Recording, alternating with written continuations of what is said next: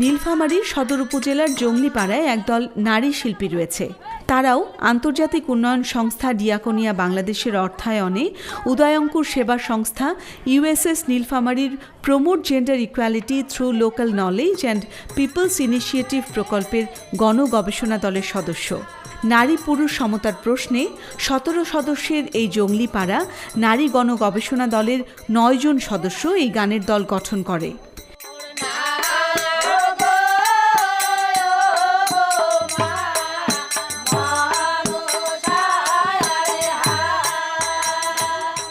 এর পূর্বে এই এলাকায় এ ধরনের কোনো নারী গানের দল ছিল না।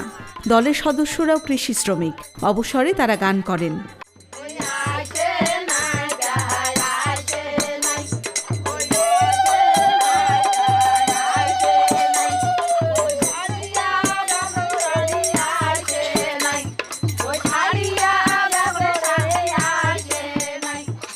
তাদের বক্তব্য, পুরুষরা গান করতে পারলে আমরা কেন পারবো না? পুরুষেরও যতটা ক্ষমতা, মহিলারও ততটা ক্ষমতা। পুরুষ যদি গানের দল বাঁধিতে পারে, আমরা পাবো না কেন? ২ থেকে ৭,০০০ টাকা চুক্তিতে তারা বিভিন্ন এলাকায় পালা গান, কীর্তন গান, বিয়ের গান ইত্যাদি করেন।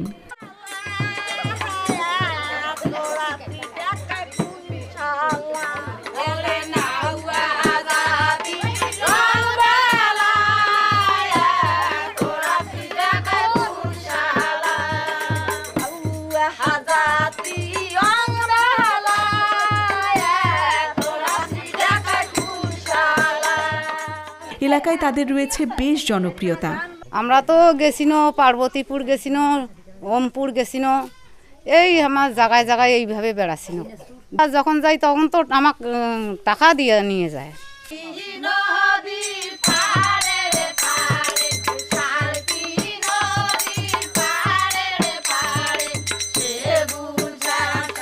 কৃষিকাজের পাশাপাশি এই গান তাদের দারিদ্রতা দূরীকরণে বিশেষ সহায়তা করেছে।